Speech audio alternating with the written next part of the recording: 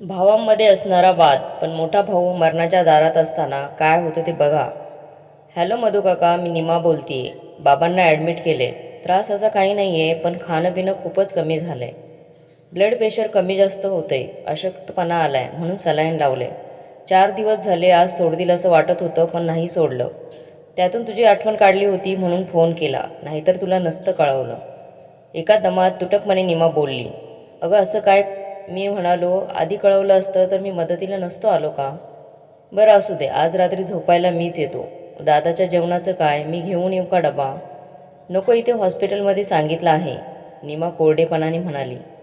तू म्हणतोयस तर ये झोपायला. सकाळी किती वाजता सोडवायला येऊ दे? अगं सावकाश आलात तरी चालेल, घाई करू नको. मी रात्री लवकर येतो एवढं बोलून मी फोन ठेवला. निमाचा कोरडेपणा नवीन नव्हता, पण यावेळी त्याचा राग आला नाही इतकंच. मनात आठवणींचे ढग जमू लागले होते. भरून गच्च झालं होतं, पण बरसलं मात्र नाही. भरलेल्या आभाळाला सोबत घेऊनच मी हॉस्पिटलमध्ये पोचलो. निमाला फोन केला तर म्हणाली, खालच्या लॉबीमध्ये थांब, पास घेऊन येते, त्याशिवाय वर सोडणार नाही. मी इकडे तिकडे बघत उभं राहिलो. 15 मिनिटात ती खाली आली. तिच्या चेहऱ्यावर नाही म्हटलं तरी तणाव दिसला. काकाच्या आपुलकीने विचारावं म्हटलं, पण मधली इतकी वर्ष पार करता आली नाहीत मला. तिने पास दिला, रूम नंबर सांगितला आणि गेली. मी लगोलग त्या मजल्यावर जाऊन दादाच्या खोलीत गेलो. दादा डोळे मिटून पडला होता. जवळपास 2 वर्षांनी मी दादाला बघत होतो. स्वतःचाच राग आला मला तेव्हा. पण गेलेला काळ भरून येणारा नव्हता. दादाच्या शेजारी बसलो. माझ्याही नकळत भरून आलेले आभाळ डोळ्यातून बरसू लागले. माझा दादा सुधाकर माझ्यापेक्षा 14 वर्ष मोठा होता. मध्ये 2 भावंडं होती, अक्का आणि ताई. मी सगळ्यात धाकटा. आमचे वडील लवकर गेले, त्यामुळे दादावरच जबाबदारी आली. दादा स्वभावाने दिलदार होता, मनस्वी कारभाराचा. एखादी गोष्ट करायच्या आधी याचा आपल्याला खरंच फायदा होईल की नाही, आपल्याला जमेल का नाही, याचा कधीही विचार त्यांनी केला नाही. एका नोकरीच्या पगारातून भागणार नाही म्हणून छोटे व्यवसाय करायला गेला, पण शिस्तबद्धतापणा नसल्यामुळे ते गुंडाळून ठेवावे लागले. दिलदार असल्याने कोणी कुठलेही कारण सांगून पैसे मागावेत आणि दादाने ते काढून द्यावेत, त्याचा हिशोब नाही. आपल्याकडे 10 असतील तर 8 द्यावेत, असं कधीही त्यांनी केलं नाही. त्यामुळे फसवणारेही बरेच. त्यामुळे दादाचा संसार कायम उधारीवर. तेच कधी मला आवडलं नाही. आमच्यासाठी खूप केलं त्याने, पण बाकी इतर अनेक गोष्टी न पटणाऱ्या करायचा. सुशीला वहिनींना सुद्धा हे पटायचं नाही, पण तिचं दादापुढे कधी काही चाललंच नव्हतं. खरं तर माझं शिक्षण त्याच्यामुळेच पूर्ण झालं. मी शेवटच्या वर्षाला असताना त्याने माझी वह्या पुस्तकं आणि फीसाठी त्याची सायकल विकली. त्यावेळी ती त्याच्यासाठी खूप गरजेची होती. पण मला म्हणाला, अरे आता तुला पैशाची गरज जास्त आहे, मी परत घेईन. त्या दिवशी माझ्यासाठी दादाने ते केलेलं कृत्य खूप मोलाचं होतं. कायम ऋणात राहावं असं. पण मी त्यावेळी मान्य करायच्या मनस्थितीत नव्हतो, कारण माझं ध्येय ठरलं होतं, ग्रॅज्युएशन आणि सरकारी नोकरी. कारण पैशांच्या इतक्या वर्षांच्या विवंचनेला मी कंटाळलो होतो. दादा मात्र सतत उलटसुलट व्यवहारात अडकलेला असायचा. जिद्दीने मी ग्रॅज्युएशन पूर्ण केले. त्यावेळेच्या सरकारी मिल्क स्कीममध्ये नोकरीही लागली. पुढे काही वर्षांनी माझंही लग्न झालं. सुमित्रा माझी पत्नी. तिच्या येण्याने माझ्या जीवनाची दिशाच बदलली. ती एका शाळेत शिक्षिका होती, त्यामुळे आमची आर्थिक परिस्थिती हळूहळू चांगली होत गेली. दादा आणि सुशीला वहिनी दोघांनी जीवनातले अनेक चढउतार बघितले. दादाला 3 मुली, रमा, शमा आणि निमा. मोठ्या दोघी जेमतेम 12वी पास, पण धाकटी मात्र चांगली शिकली.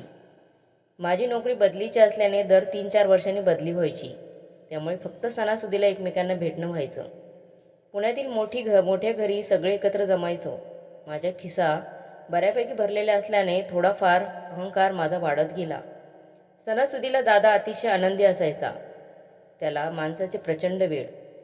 असलेल्या माणसाला प्रेमाने वागून त्याचे आदरातिथ्य करण्यात त्याला फार समाधान मिळत असे. दादाला राजकारणात रस, तोही इतका की समोरच्याला नमोहराम कसं करता येईल हेच बघायचा. हिंदुत्व प्रेम उफाळून आलं की मागे पुढे काहीही बघायचं नाही. अशा वागण्याने खरं तर त्याचंच खूप नुकसान झालं. एकदा तर नोकरी कशीबशी वाचली, पण पुढे बराच काळ पगारवाढ थांबली होती. या सगळ्यांमुळे माझी होती आपण बरं आणि आपली काम बरं अशी बनत गेली. दादाचं वागणं कधीच आवडलं नाही मला. मधल्या दोघी बहिणी लग्न होऊन लांबच्या गावात घेत्या. माझ्या रिटायरमेंटनंतर मी परत पुण्यात आलो. त्यावेळी दादा आवर्जून मला भेटायला माझ्या घरी आला होता. त्याला माझं फार कौतुक होतं. चांदीचा सुरेख गणपती मला भेट म्हणून घेऊन आला होता.